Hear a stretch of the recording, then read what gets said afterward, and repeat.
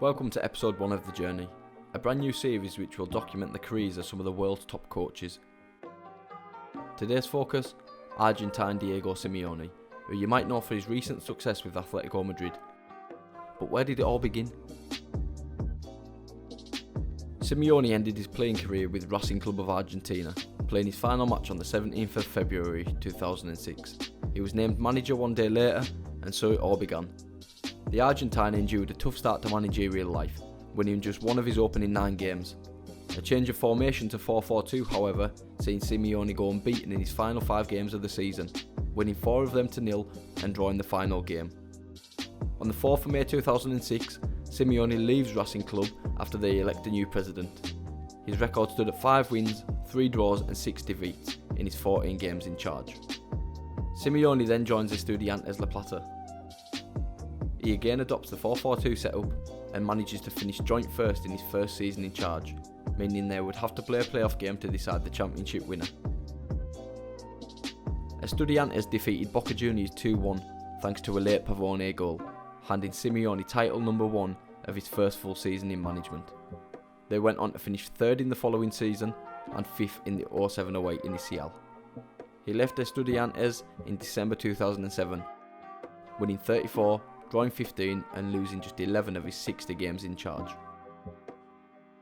On 15th of December 2007, Simeone was unveiled as the new River Plate coach. The same as Estudiantes, Simeone had immediate success with River, winning the 07-08 Torino finale. However, an early exit in the Copa Libertadores put a shadow over a great domestic season. In Season 2, River were looking for Copa redemption. They took 4 points from their opening 2 league games and it seemed business as usual for Simeone, but nobody could anticipate what would happen next.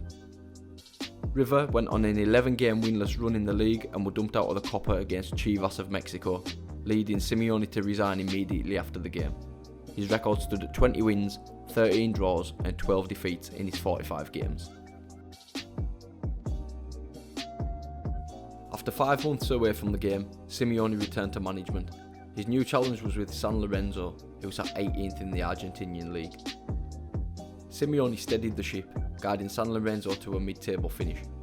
San Lorenzo further improved in the first full season with Simeone, finishing 7th, 2 points from 3rd, but it was agony in the Copa again, losing to River Plate of Uruguay on penalties, a tie which they were expected to win. Into his 3rd season and the cracks begun to appear. A poor run of form left San Lorenzo 17th after 12 games, and again, Simeone resigns. San Lorenzo was arguably his worst managerial spell so far, having lost 19 of his 50 games in charge, winning 22 and drawing 9.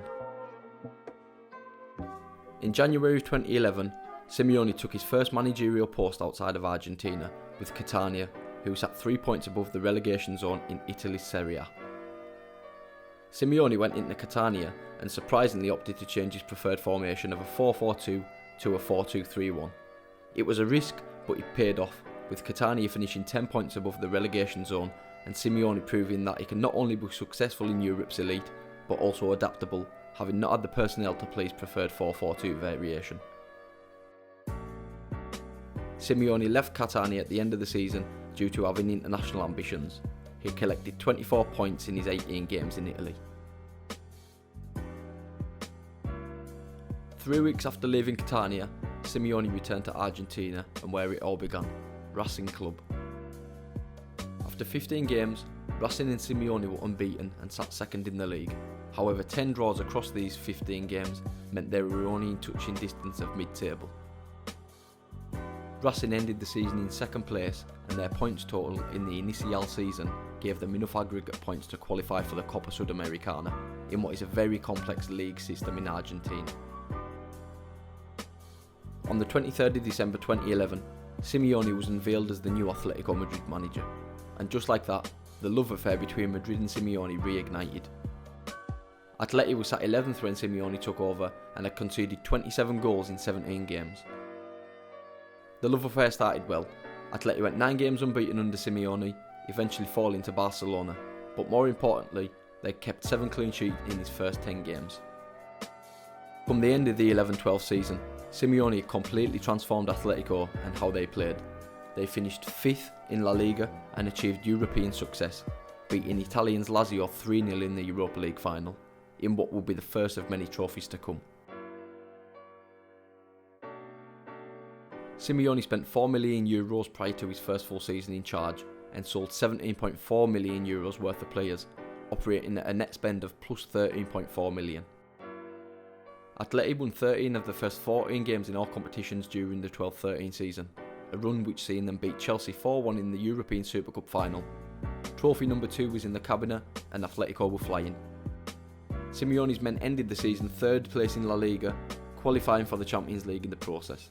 A negative to their season could have been the fact that Real Madrid done the league double over them, but that was swiftly forgotten when Atleti defeated Real Madrid 2-1 in the Copa del Rey final to win Simeone's 3rd trophy in 18 months.